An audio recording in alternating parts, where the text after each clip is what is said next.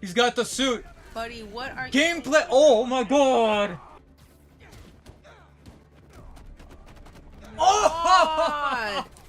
Yep, you can clearly tell that I'm excited. At least as a 30-year-old man wearing a Spider-Man costume can be. On May 24th, 2023, PlayStation held their hour-long showcase, which debuted a lengthy slice of footage for Marvel's Spider-Man 2.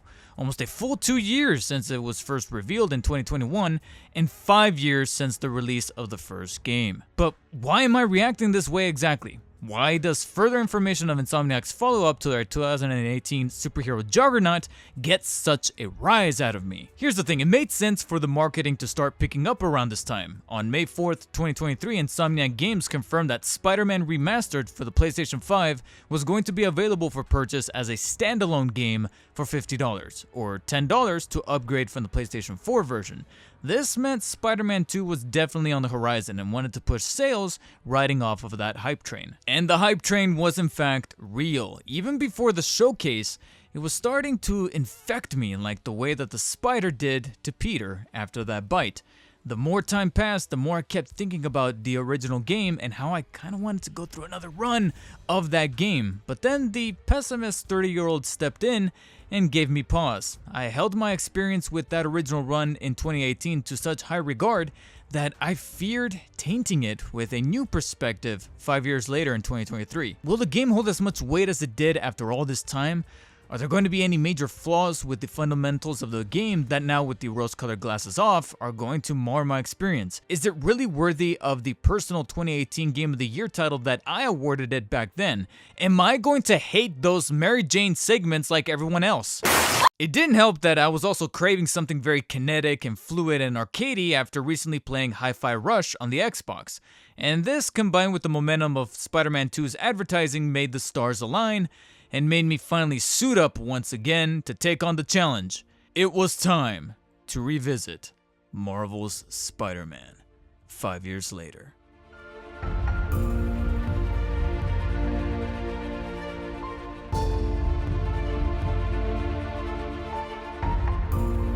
One of the attractive features to justify Insomniac's remaster of Spider-Man to the PlayStation 5 was the ability to toggle between a fidelity mode at native 4K resolution, 30 frames a second, or an upscaled 4K resolution at a locked 60 FPS, or, what I ended up going for, a targeted 60 FPS with ray tracing support. Seeing as my first two runs were on the PlayStation 4, limited to 30 FPS, I opted to go for the Performance RT option to see the full capability of the PlayStation 5. After choosing my technical settings and going for the New Game Plus option so I can kind of expedite this playthrough with all upgrades already unlocked, it was off to the races.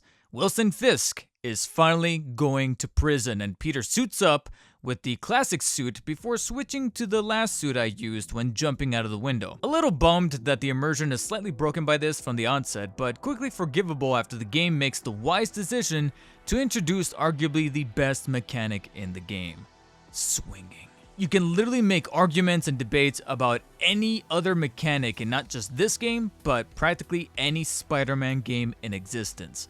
But if there's one constant that needs to be nailed each and every single time, it's the swinging. We're always in awe of Spider-Man swinging in the movies. Hell, even some of the cartoons are able to capture the sheer thrill of being able to swing from building to building. The interactivity of the gaming medium beckons to let us swing as Spider-Man, so it needs to be quintessential to any Spider-Man game. So when it's kind of screwed up, it retroactively screws the entire game. It's not even up for debate. Spider-Man 2018 answers the question literally within minutes of booting up the game, and the choice to make this happen so early cannot be understated. Insomniac's swinging is fairly simple. You shoot a web with the right trigger, let Spidey get the upswing, release the trigger to let it go, repeat. But it's the elegant dance of physics and gravity within the sandbox that gives the swinging mechanic its depth. Utilizing not only the tools at the disposal of the PlayStation 4 and PS5, but also what was learned from pioneers of the mechanic tracing back to 2004's Spider-Man 2 movie game, which in turn has been directly referenced by some of the devs of this game, the swinging has to be experienced to be believed. You can't simply just watch it and comment on the simplicity yet addicting nature of how to traverse New York City. With that in mind, and having just brought up the Spider-Man 2 movie game, it's hard to ignore some of the swinging abilities that game was able to apply to Spidey's traversal that Insomniac kind of omitted from their first game. This also leads me to my first hope for the sequel. Recent cinematic portrayals of the swinging emphasized parkouring around rooftops and Peter's ability to climb his own webs to gain verticality. And I hope that the sequel includes more of this, as well as some abilities tossed in just for straight up cool factor, like the slingshot ability from Spider-Man 2 2004. Tying the traversal together is our secondary main character that's always by Spidey's side, New York City. The web swinging plus a beautifully realized yet pseudo-accurate Manhattan lit up by the megasonic power of ray tracing equals one of the most memorizing forms of traversal in modern games. Yes, I actually said that. So much so that I barely used the fast travel option in this playthrough, merely resorting to it to expedite the footage and get through it a little quicker just for the sake of this video. And when I did use it, it's lightning fast due to the PS5's SSD. Though this also reminded me of how you can interact with some of the citizens on ground level via the button prompt, there's not much variety amongst the interactions, and I hope that more charming interactions with the citizens of New York are included in the next game. But playing the role of the webhead, you couldn't possibly expect yourself to just be swinging around the city the entire time. So what else is there to do within New York besides pressing triangle to point fingers at the next pedestrian? Well, this brings my attention to the opening 2 hours of the game. You see, I use the echo voice on that because a lot of people have echoed the same belief that great games should be able to capture the player and demonstrate what's in store for the remainder of the playthrough in its opening 2 hours. Fail to do that, and there's an instant disconnect. I'm relieved to say that 5 years later, Spider-Man is able to excel at laying down virtually every facet of the game's core mechanics and gameplay design within its opening 2 hours, and it's up to you as Spidey to build upon that. Going through Fisk Tower first and foremost introduces you to the combat, the gadgets at your disposal, stringing together combos, and using the environment and the enemy's own attacks to your advantage. It's also incredibly difficult to not see the blatant familiarity to the Arkham games this time around, but it never felt like a simple copy and paste either. The reflexes, the attacks, the dodging using the Spidey sense, and all of that feel custom tailored to Spider-Man in his own unique style versus feeling like a ripoff from Batman. There's even some stealth mechanics shown off by having you sneak around the vents and taking out dudes out silently, and then facing Fisk himself gives you a taste of how boss fights will play out, and we'll tackle that a little bit later in the video. But for now, I was genuinely taken by how much Insomniac was able to cram into these opening segments, let alone the remainder of those 2 hours, which, after finally taking down Fisk, finally thrust you into the open sandbox of New York City. At this point, you go through the introduction of almost but not entirely every side activity there is to do in New York, and gives you ample enough information to be able to take them on. At least that's when the game is able to kind of release the reins a bit and let you go. This subsequently leads me to my first main complaint playing this game 5 years later. The tutorial aspect of these opening hours does begin to wear a little thin, especially when taking into account that I'm technically playing on New Game Plus. The game fails to recognize that I've done this before, and since this is a New Game Plus playthrough save file, thus feeling a bit forced for me to have to go through these tutorial segments again, with the tutorial captions at the bottom of the screen that I have to hit X to remove. Frankly, the slowdown of the pacing to kind of give you these introductory missions and to kind of walk you through the steps on how to get them done, it kind of slowed down the pacing a little bit too much for me and was very apparent this time around. Once you unlock the activities throughout the map, they are the best kind of checkbox list activities. Admittedly, I can see the similarities between these activities and then those of other open sandbox properties like Assassin's Creed or Zelda, mainly the antenna towers to reveal the map. They are very similar to that of the towers in Assassin's Creed or virtually any Ubisoft game. And then the towers in Breath of the Wild, and the towers in Tears of the Kingdom. But they are done so easily that even the game kind of nudges you into wanting to do them very early on, and you can get them done in a matter of minutes. In fact, I did, especially on New Game Plus. And the more time-consuming ones like the backpacks, photo ops, and pretty much any variation of the enemy camps you have to take down, from the ones controlled by the demons, the gangsters, and then the Sable factions, have something tied to them that is integral to either the story, the lore, Easter eggs, or straight up satisfying gameplay. You best believe, even with my third playthrough, I still went out of my way to get the backpacks done, take as many landmark photos as possible during my swings, and never felt dissatisfied taking out an entire compound of enemies without a single peep. Speaking of tasks you have to do around the city, there are a few sad activities that didn't quite land this time around. Taskmaster and his trials throughout the city are fun little distractions, but he did feel somewhat cramped up in here. Side quests could have also been a little bit better or a little more nuanced and fleshed out. With the exception of the Tombstone storyline tying to the demons in the main story, most of the side quests felt a little shallow looking back at them, almost as if they're prototypes of themselves, and or, the likely scenario, the more compelling ones were taken out to sell the City That Never Sleeps DLC. Here's to hoping that an action like this doesn't feel as obvious in the sequel, and please, no screwball. Please, for the love of God, no screwball. All in all, the city of New York proves itself to be one of the most refined sandboxes in not only Spider-Man games, but modern open world games, working as its own character in favor of you being Spider-Man and making you never want to stop being Spider-Man. So it's a little jarring when you're forced to not be Spider-Man. Enter Mary Jane Watson.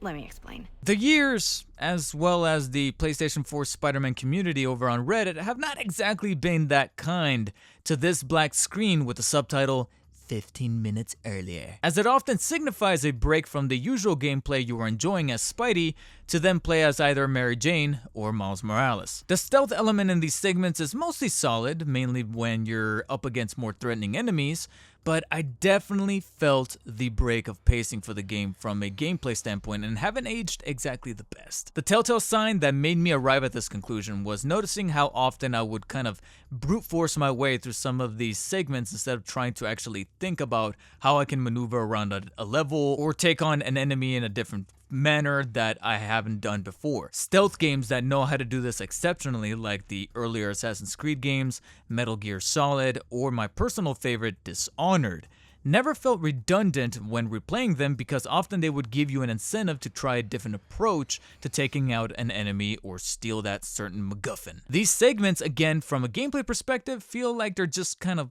there and either need some kind of retooling for the sequel or just taken out completely. Speaking of retooling, the boss fights. They are spectacularly technical showcases, especially on the PlayStation 5 with meticulous particle and lightning effects, bombastic sound effects, and all of them are amplified by John Paisiano's score, the latter of which I hope to God returns in the sequel.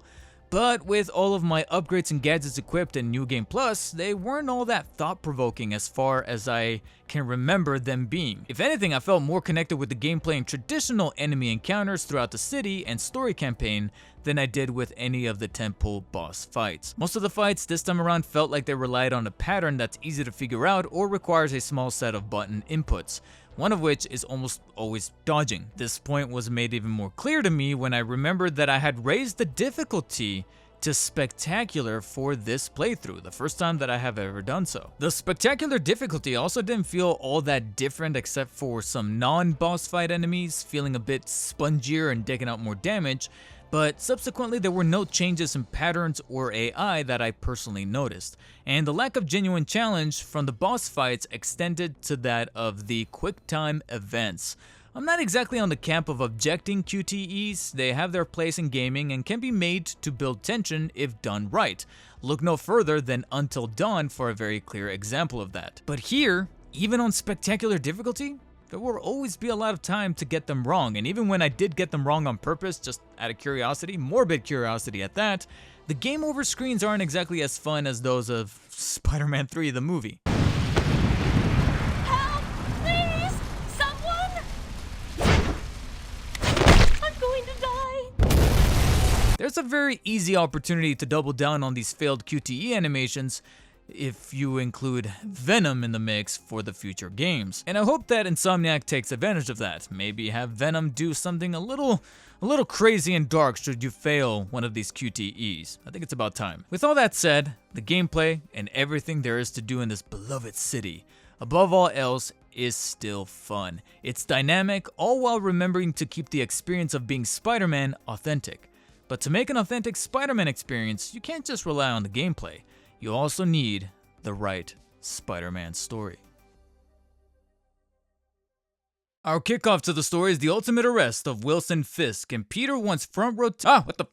Did I mention that this was my first playthrough on the PlayStation 5? Yep, that means that this also meant my first playthrough with the new head model for Peter Parker, a point of contention amongst the community when the remastered edition was released. Insomniac detailed that Ben Jordan's facial capture lent better use of the ray tracing technology, better than that of the original model actor John Bubniak. Though Yuri Lowenthal's original vocal and body performance is still there, reception of the change was a bit divisive, to put it mildly, with those against the change saying that it pretty much tarnished their original run, with even other naysayers going as far as to say that the new Ben Jordan head model bears a very strong resemblance to another particular MCU actor. Initially, I too was a bit resistant to the change, especially since my first playthrough of the original game was with that prior actor. The first handful of cutscenes that I witnessed with this new character model ruined my immersion and a few of my fond memories of the original run, because all I could think of was the original actor's portrayal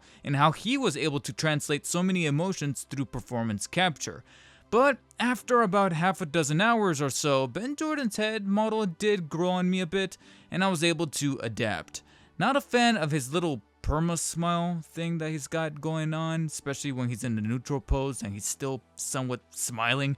Hell, I never really liked it when people have a perma-smile anyways. I can't trust them, like 80 Bryan from SNL. Anyways, yes, I still prefer John Bubniak's original performance, but I'm a little bit more tolerant of Jordan's now. Plus, it helps knowing that this new model was technically rushed to meet the deadline for the remaster, so the quality of the model can only be improved in Spider-Man 2. It is still a debate as to why no one else in the cast was remodeled, but all the performances we know and love are still here. Tara Platt as Yuri Watanabe, Laura Bailey as Mary Jane, Nadja Jeter as Miles Morales, and of course everyone else in the cast that do an exceptional job. And a special shout out to Darren DePaul as J. Jonah Jameson. Even after 5 years, he is a riot as this Alex Jones style kind of version of J. Jonah Jameson, and I really hope that he comes back for the sequel, especially with the very profound events that are going to be taking place involving Spidey's new personality change. Although in this third run, I did take more notice of the heavy breathing in between lines with more noticeable quality. Peter is excused due to the exertion gimmick that he has while swinging that everyone was in awe 5 years ago. But I also noticed that MJ and Miles kind of do it too when they're sneaking around or they're in just plain normal situations in a very neutral stance. I really don't understand why when they talk, they kind of just do this thing, and it was just a bit more apparent this time. Anyways, back to the story at hand. Fisk is going to prison after him and Spidey have been battling it out for 8 years, and it was an excellent choice by Insomniac to bypass the origin story entirely. The Marvel Cinematic Universe was in full swing in 2018, no pun intended there, and by this point we have had already 3 whopping whole live action Peters, 2 of which fed us the Uncle Ben dying story, and the third giving us an Uncle Tony dying. This is dark. Safe to say, everybody pretty much already knows the origin story at this point, so to have Peter already being Spider-Man for 8 years puts him in a relatable spot for the comic fans while also keeping the story as tightly focused as possible instead of having to hit those checkboxes by obligation so that Peter can learn about power and responsibility again. Kinda reminds me of how some isolated compact stories working better because they tell a much more compact 3-act structure better than an overlong chronicle of one story. Movie biopics often depict as examples, such as the comparison between the Ashton Kutcher Steve Jobs movie, which tells his whole life story, versus the Steve Jobs movie directed by Danny Boyle and played by Michael Fassbender, which only takes accounts of 3 separate Apple events, with the Apple founder at the center of all 3 of them. Guess which one did better with the critics? However, this time jump of 8 years doesn't exclude Insomniac's Spider-Man from being the pure and almost perfect Peter Parker story. It hits all the classic checkmarks of him not being able to pay rent, losing his job, I think twice actually, and his usual balancing act of superheroing around the city while also keeping his personal relationships afloat. This time, they each come with an extra layer of nuance. One can wonder how many apartments he has gone through by this point after leaving the Bugle and subsequently breaking up with MJ. His job lacks funding but is on the brink of a breakthrough, one he may end up resenting. And once again, he's trying to win over the girl next door. after losing her once already. These facets of the story are paced mostly well and are complemented expertly by the background lore, story, and Easter eggs via the backpack collectibles, in my opinion my favorite side quest of them all, which also fill in the gaps in the timeline for those that do enjoy the retelling of some of that origin story. Contextual interactions in certain environments like Aunt May's office at Feast also flesh out Peter's history, but also the legacy of Spider-Man in pop culture, featuring references to the comics, the films like the train sequence, and even other games. All this again is balanced pretty well while Peter having to bear the burden of being Spider-Man, but to make things even harder for him is going to be our main big bad, Mr. Negative. Yeah, I hate to put such a negative connotation, there I go with the puns again, on that last sentence, but this was another notable element 5 years later. Martin Lee, aka Mr. Negative, is a serviceable villain with a backstory that's simple to digest and raises slight intrigue as it gets connected to both Norman and Otto later in the third act, but I didn't really find him as compelling as I remember. Also, sorry if this is just me being a curmudgeon, but how can Pete really miss all of the obvious signs that he was the one behind the demons all along? You could argue that Peter has always been known for being kind of oblivious from the comics to the movies, and that's one of his key traits. It's just in his nature, but it just bugged me for some reason even more now. Thankfully, it also feels like the game kind of recognized this, of how obvious it was that it was him all along and that his reveal at the town hall bombing was just so passerby that even Peter coming to terms with this reveal is kind of blasé. It's not even in a cutscene, but rather a comms exchange between him and Yuri mid-swing. But I'm telling you, he's the guy. Get me some solid evidence and we'll talk. Solid evidence. Right. Lee exposing himself and his plan, though slightly generic, did have a very poignant turn that led to one of the most accidentally relevant moments in a game's story. The duration of the quarantine. Public protests during the quarantine are a violation of the law. Those who do not disperse will be detained. The 2020 pandemic.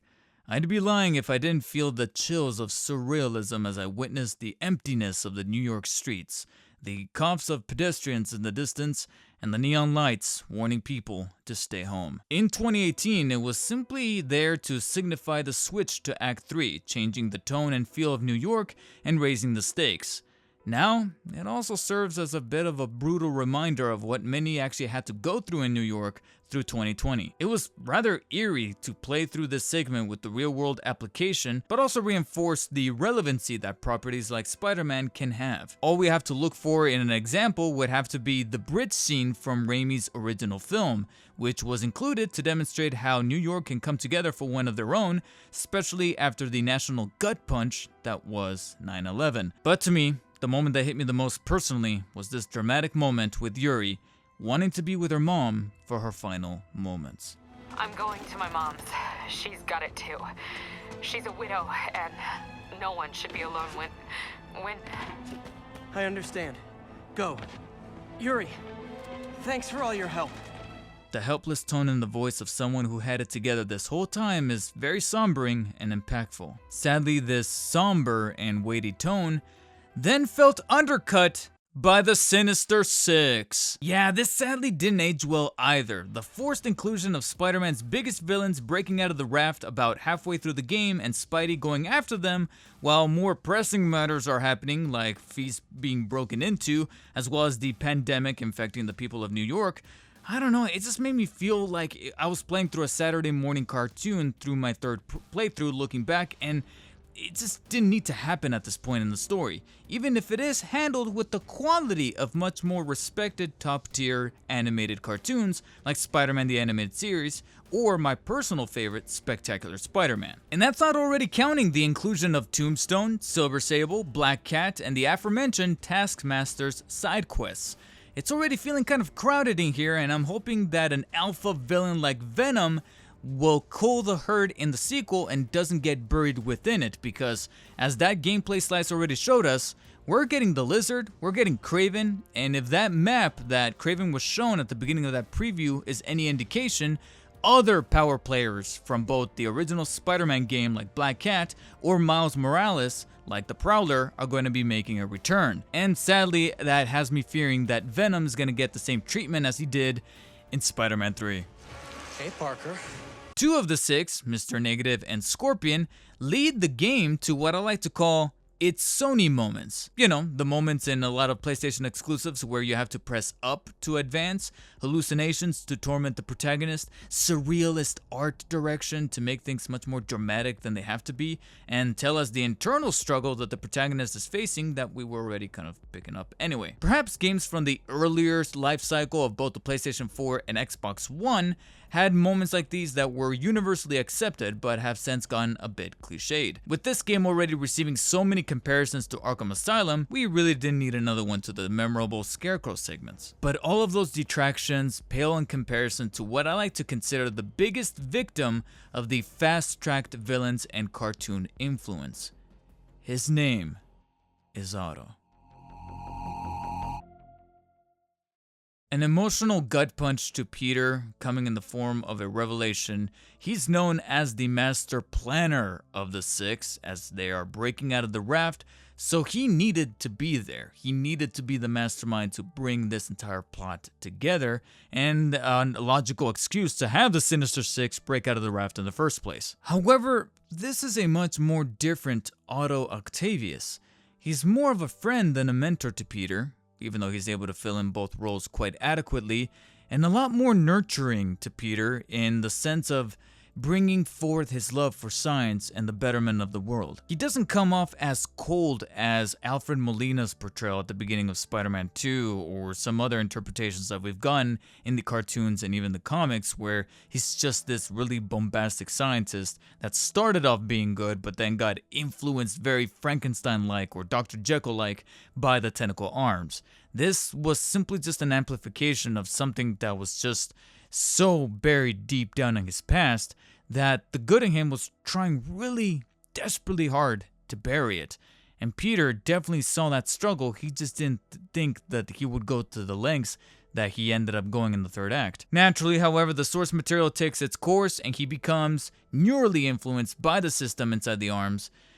But why in this game, I argue? His turn to Doc Ock felt rushed in this playthrough compared to how I witnessed it in 2018, and I couldn't help but feel it would have had a much more hurtful impact should it have waited for the second game. Watching the rise and inevitable fall of Peter and Otto's friendship was paced beautifully in the first half of this game, and made me root for Otto in his uphill battle with Norman Osborn and him shutting him down. Entering the lab every time that I needed to report for work and seeing the evolution of his experiments, along with Otto's motivations, was one of the highlights of the game, apart from being able to bypass the experiment puzzles this time in New Game Plus, because obviously I didn't need those upgrades, so no puzzles here. But as soon as those tentacles are even introduced during that preliminary experiment, with not only the tennis balls, but then simply just pouring the glass of coffee, and then of course his little outburst, it's practically game over. And he gets lost in the mix, or six, and is ultimately defeated by Peter in the climax. However, there is an interesting takeaway. Otto knows Peter's secret, but why does he keep it even when he gets locked away in the raft during the ending? Could it be that the mentor and great friend in him is still alive, at least strong enough to keep that buried within? Maybe that's the key message of Peter's story in this game after all. It's about legacy, mentorship, and passing it all along. After his battle with Otto and retrieving the antidote, Peter is faced with another life-altering decision and subsequent tragedy. Aunt May dies.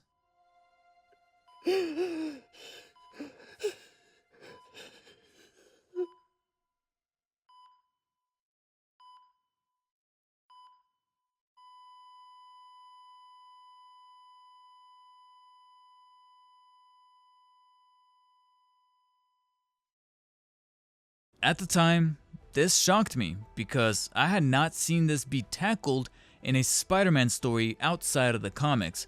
By now, even the MCU set its crosshairs on Aunt May, and eventually she'll be just as synonymous with Uncle Ben in the tragedies that made Spider-Man category.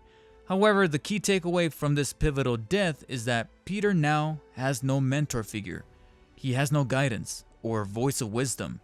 He lost one to death and then the other to villainy. So he in turn must become the mentor to someone else. In the past few years, the Peter must suffer debate has popped up rather frequently when discussing Spider-Man in different mediums. Admittedly, there have been some rather morbid angles to that argument, and the comics have probably been the biggest culprit at exploring them, but Insomniac's treatment feels genuine and sincere, mainly since he's not the only one who has to deal with this form of tragedy. Hell, you can make the argument that an entire city had to suffer in the process. But the game's writing makes the case for Peter having to also harness the pain of losing both May and Otto and use it to strengthen and teach someone else, because someone else is surely going to need it. Miles Morales. As fate would have it, he too loses his mentor figure in the form of his dad, Jefferson Davis, and his tragic origin story is cemented. I'll admit, the way that the spider bite takes place is a bit too silly looking back. There could have been a much more organic way to put him and the spider in the same place. I mean, if he's so much of a hacker and tech whiz, maybe he should have been the one to break into Osborn's penthouse instead of Mary Jane. However, Miles gaining his powers to begin with gives added meaning and context to his stealth segments mentioned earlier a lot better than that of MJ's, and feel like they were part of the plan all along. I mean, unless they're planning on making Mary Jane become Spider-Woman or Spider-Girl in the third game. This is also kind of hinted at potentially by Pete's little Spider-Girl line, but I might be reaching here. This also justifies the first of the two end credit sequences that the game has. Miles trusts Peter enough to let him know about his powers. Peter reciprocates by jumping to the ceiling, revealing that he is in fact Spider-Man. This too can be seen as a questionable choice on Peter's part, because one could argue that he might have jumped the gun a bit too quickly with the amount of time that's passed. I mean, I know it's been 3 months inside of the story, but to reveal something as huge as this to a kid in that amount of time, it's a little bit much. I know that could also become a little subjective, because some people, depending on how they're grieving and how they're going through things, 3 months could be an awful lot of time, 3 months could be very little. So maybe this is the old cynical man in me talking. Instead, I would argue that this has nothing to do with the powers directly. Peter smiles when Miles sticks to the ceiling, but not so much in an amused manner, but rather more so relieved. Relieved that he has an outlet. Someone to teach, someone to guide, someone to pass the torch the way May did with him and her wisdom, and Otto could have done should he have resisted the neural link. This is also a fun callback to the previous scene where Peter manages to save Miles from a group of muggers, and in that scene he manages to teach Miles how to punch. Even though the result of him being able to deck out the guy later on in a very cringy format before getting the antibiotics, still, I couldn't help but smile at the sheer friendship and the building of trust between the two of them, and how this is going to play into the theme of mentorship later on. Seeing the city come back to life simultaneously, while perhaps having a hand in reconciling Pete and MJ's relationship, also pushed Peter's reveal in front of Miles a bit further. A reveal further explored in Insomniac's spin-off 2 years later. We'll get to that when it eventually gets its own video. The actual sequel would be teased by the second end credits scene, with the game releasing during the peak of the Marvel Cinematic Universe with the double whammy of Infinity War and Endgame. It made it a given that Insomniac would kind of capitalize on this and include 2 end credit scenes, and it's the latter that is the most sequel baity of them all. It's also the most interesting one from a source material level. Much like May dying and Otto's villainous motivations, the source material is somewhat subverted and altered to give us Harry submerged in green liquid to suspend the progression of an illness he inherited from his mother. The green hue hints at the familiar turn of Harry at some point turning into the Green Goblin, but what is that? What is that? That stuff covering his body. I will. I love you, son.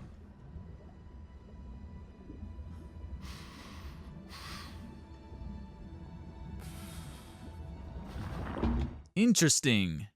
Very interesting. Harry's trip to Europe, foreshadowed earlier with his science stations spread throughout the city, and the Penthouse MJ stealth mission that sheds more light on what happened to his mother, all were paced very well, just as well as that of Otto's transformation, but ends up being treated the way I wish Otto's subplot would have been, saved for the sequel. What made this reveal even more compelling was how it subverted expectations for those who are very familiar with the origin story, Harry potentially becoming Venom instead of Eddie Brock. It's also not as nonsensical or out of left field as it may seem.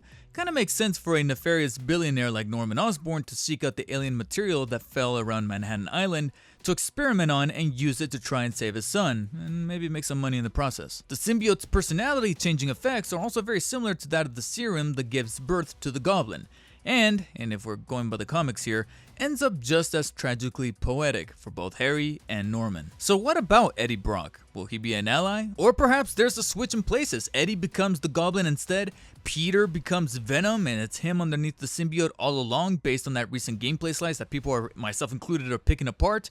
All this and more awaits in the next installment, and this is what a sequel tease should always strive to be. What open world games should also strive to be is to let you have the entirety of the sandbox at your leisure after completing the main story instead of reverting certain things or kind of undoing certain progressions. And Spider-Man is able to nail that with an awful lot of activities that you're then thrust back into, with the option of course to do New Game Plus, some miscellaneous footnotes. Other things I wish for the sequel to improve on are of course the upgraded web mechanics, the swinging animations, better side quests, very Witcher style where they're almost as fleshed out as those of the main missions. That would be awesome. I know a lot of people really want some Venom gameplay, but I prefer simple toggle and switching between Miles and Peter in an upgraded format. And as badass and as empowering as they may be, I don't want any kind of Venom gameplay to break the pacing of the game the way this one was able to do with the MJ and Miles segments. With that being said, if Venom is in fact a gameplay mechanic, he needs to be a force not to be reckoned with. Since there's already so many comparisons to the Arkham games, let's compare it to Arkham Knight. There's a YouTube comment that actually brought forth a very good point where Venom could kind of linger around the city and then just jump scare you at any moment as a very antagonizing force, the way that you would have certain jump scares in Arkham Knight. That would be a very immersive and kick-ass. But regardless of whatever kind of upgrades and things that they build upon for the sequel, one constant shall remain: Jameson. More Jameson in the same capacity as these little call-ins that he does throughout the campaign, or hell, maybe even include him into the story, because this interpretation of Jameson is one of the funniest and most compelling I've seen in a while. Of which is kind of hinted at the beginning of Miles Morales with him in that Santa suit. Very festive!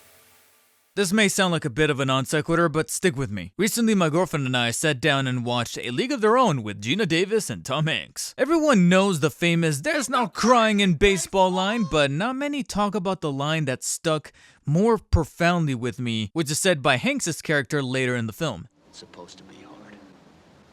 If it wasn't hard, everyone would do it.